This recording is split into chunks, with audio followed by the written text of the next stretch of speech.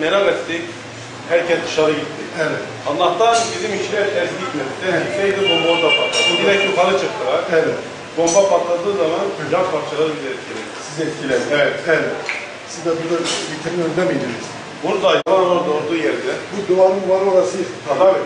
Burası tuvalet yeri. Belediyenin tuvaleti. Evet. Üst belediye binası mı bu?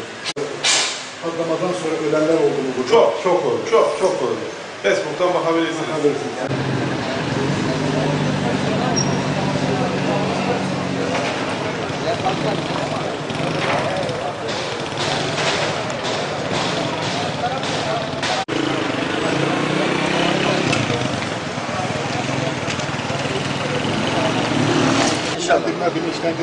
Şimdi ne bak ne güzel geldiniz. Allah razı olsun. Yani para vermiyoruz, pul vermiyoruz, ekmek vermiyoruz. Ama ne güzel.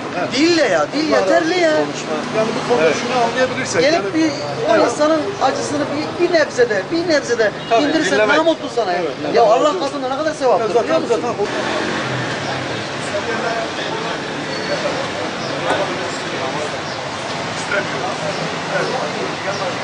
Geçmiş olsun. Allah hayırlı şifa versin. Yoğunlaşınca ben de annem gibi merak ettim dedim. Evet, Annesi de gelip bilmek açıkçası. Daha Sonra bacım geri yaralı ayağı gelmez. dikişli. Yere çarpmam bir oldu. Öyle mi? Ondan sonra baktım her şey uçuştu. İkinci patlamada siz oradaydınız. Birinci patlamaya giderken ikinci patlamaya yakalandınız. İkinci patlamaya. Arasında fazla At, mesafe. o büyük patlak. Büyük bir olaydı. Aslında bu tür olayların memleketimizde olması hepimiz için bir sıkıntıdır. Hepimiz için gerçekten olmaması gereken hadiseler, olaylardır. Şunu iyi bilmek lazım ki hakikaten memleketimizi karıştıran, memleketini kardeşe kırdırmaya çalışan bir takım şer güçleri var, şer odakları var.